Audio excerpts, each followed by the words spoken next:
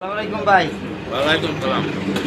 আপনি যে নারকেল চিয়া খাওয়াবার চাইছেন জামাইরে, এর কোনো খবর বার্তা তো দেখতাছি না। কবে খাওয়াবেন? শীত গেল গা।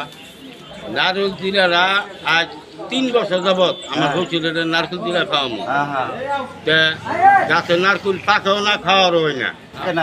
না পোলাবানের কই যে দৈনিক নারকেলটা টোকাই দিতে পারছে নি, তো নানারে নারকেল চিরা খাওয়াবো।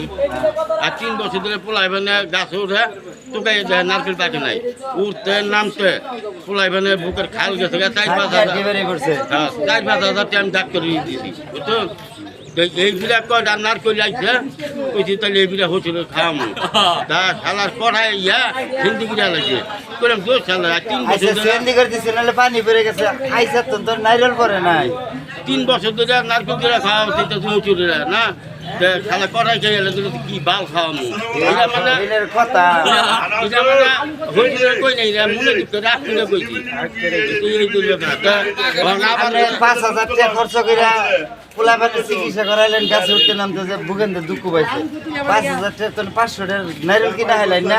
হাতের জিনিস খাওয়া মনে আনন্দ, হাতের জিনিস কিনা আর নিজের হাতের দাও অনেক পার্থক্য আছে না। এইগুলো আবার করে না করে যেহেতু বার খাবার গইতেছে মনে হয় খাওয়ার হচ্ছে কইছি যে 3 মাসের মধ্যে আমি জানি কোনো আমি জানি না, আমি হঠাৎ করে দাওয়াত দিবেন নিয়ে দাঁড়ি যদি হচ্ছে বাচ্চা না ভাই মনে তো কষ্ট ঠিক আছে, ঠিক আছে, নয়টা খবর করে জানি দাওয়াত দিবার। আচ্ছা, ঠিক আছে ভাই, আপনার দাওয়াত বুঝছি আমরা।